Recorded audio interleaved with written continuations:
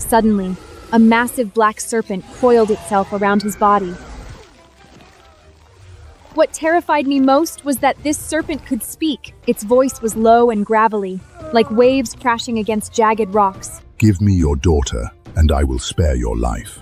The serpent's coils tightened, and his ribs cranked with a sickening crunch. Then my sister did something unexpected. She shoved me forward hard. I watched Father gasping for breath, his face turning purple. Marry me! Please let my father go!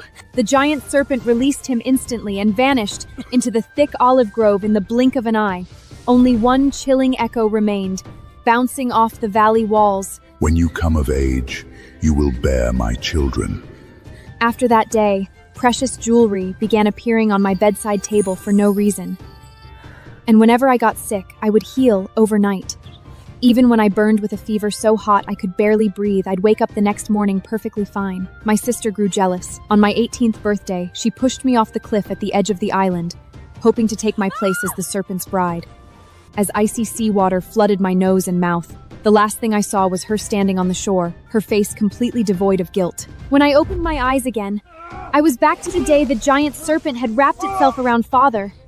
This time, my sister stepped forward first. Marry me!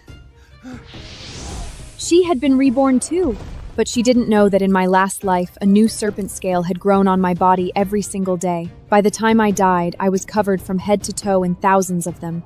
From age 8 to 18, 10 whole years, 3,600 scales. They had fused with my skin and flesh, impossible to pull out. A thick, axered slime oozed from between the scales, reeking of rot and seaweed. I scrubbed myself raw 100 times a day and hung lavender sandals all over my clothes just to bask the stench. And I kept having the same dream. I was living in the underground chambers of the Serpent Temple, surrounded by thousands of hissing snakes. The air was cold and damp, thick with that same terrible smell. No amount of gold or jewels could ever wash away the fear and dread I felt every single night. After my sister spoke, the giant serpent narrowed its golden slit eyes and stared her up and down. Then it slowly released Father. Just like last time, it vanished without a strice, leaving only one sentence hanging in the air. When you come of age, you will bear my children. This sentence is meant for my sister Eladora. Father collapsed to his knees, sobbing as he held her tight. Eladora, how could you be so foolish? My sister patted his back like a grown woman comforting a child. Dad, I couldn't just watch you die. And even if it had killed you, it would have come for Lynor and me next. This was the only way. But you... Shh. You told me the story of Jack and the Beanstalk, remember? Maybe this will turn out to be a good thing. Then she turned to me, her eyes soft and warm. Don't feel guilty, Lynor. I'm the older sister. It's my job to protect you. I still couldn't believe that the kind, gentle sister I'd always known had pushed me off a cliff. I didn't tell her I'd been reborn too. I just hung my head and let them pull me into a hug. My sister pressed her forehead to mine.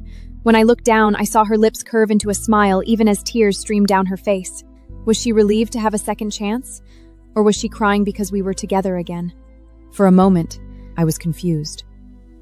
And what had she gone through in her last life that made her so desperate to marry the serpent this time? One day, many years later, my elder sister stayed in her room and refused to come out at noon. Go see what's wrong with her. Father was worried sick. When I opened the door, she was sitting on the bed with her back to me. Her head was bowed, and she was moaning in pain, her hands fumbling with something on her stomach. Her whole body was shaking. Sister. She jumped violently at the sound of my voice and spun around. Her face was pale and covered in sweat. She tried to smile, but I could see the terror and agony in her eyes. Don't sneak up on me like that. Next time, knock first. What are you doing? I rushed to her side before she could answer. She quickly pulled her linen dress back down, but she couldn't hide the silver tweezers in her hand. Clamped between the prongs was a single, dripping black serpent scale, and a large patch of her dress was soaked through with blood. It's only just beginning, sister. And pulling them out does no good. Tomorrow, twice as many will grow back. By tomorrow, she'll have 3 scales on her stomach, she said, trying to comfort me as she wrapped a linen bandage around her wound. Don't be scared, Lynor. She put her hands on my shoulders and looked at me seriously. Promise me you won't tell anyone about this, okay? Especially not Father. I don't want him to worry. She always played the part of the perfect, caring sister. She would never show her true self unless she had to. I nodded. I wanted to see how she would react tomorrow. I wanted to see when she would finally break. Another day passed. She lifted her dress. Just as I'd known she would, there were 3 scales on her stomach, arranged in a perfect triangle. But she just let her dress fall back down and smiled a strange, knowing smile. Lynor, I had a dream last night. A man in black came to visit me. He was pale, so handsome, and he left this amulet table. She pulled a black serpent-shaped agment amulet out of her pocket and showed it to me. It was exactly like the one I'd received in my last life. But in my last life, Father had taken it to the market and sold it for bread and olive oil.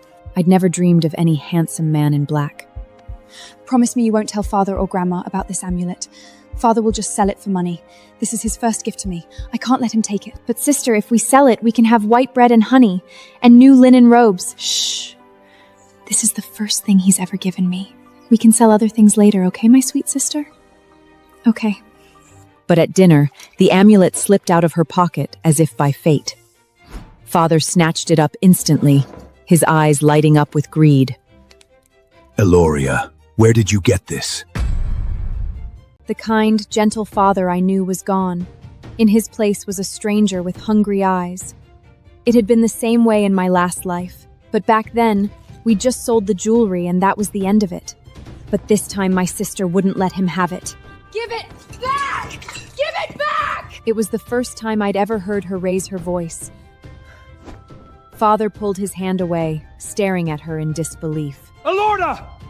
How dare you speak to your father like that? Give it back! It's a gift from the Serpent God! Give it back to me! A gift from the Serpent God. I'm going to sell this in town to buy medicine for your grandmother. Grandma's eyes were getting worse. When the sun was bright, she would scream in pain. Now she sat silently in her chair. My sister's hand was still outstretched, her face twisted with rage. We don't need new clothes! We have enough to eat! Why does it matter? What about your grandmother? Do you want her to suffer? That old woman's already half-blind and useless! She'd just go join Mother in the underworld and stop being a burden! My sister was screaming at the top of her lungs, her face bright red with anger.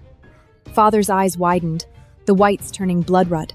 As she lunged for the amulet again, he slapped her hard across the face, sending her crashing into the marble dining table. The kind, gentle father I knew was gone. In his place was a stranger with hungry eyes. It had been the same way in my last life, but back then, we just sold the jewelry and that was the end of it. But this time my sister wouldn't let him have it. Give it back! Give it back! It was the first time I'd ever heard her raise her voice. Father pulled his hand away, staring at her in disbelief. Eladora! How dare you speak to your father like that? Give it back! It's a gift from the Serpent God! Give it back to me! A gift from the Serpent God. I'm going to sell this in town to buy medicine for your grandmother. Grandma's eyes were getting worse. When the sun was bright, she would scream in pain. Now she sat silently in her chair. My sister's hand was still outstretched, her face twisted with rage. We don't need new clothes! We have enough to eat! Why does it matter? What about your grandmother? Do you want her to suffer? That old woman's already half-blind and useless! She'd just go join Mother in the underworld and stop being a burden! My sister was screaming at the top of her lungs, her face bright red with anger. Father's eyes widened, the whites turning blood-red. As she lunged for the amulet again, he slapped her hard across the face, sending her crashing into the marble dining table.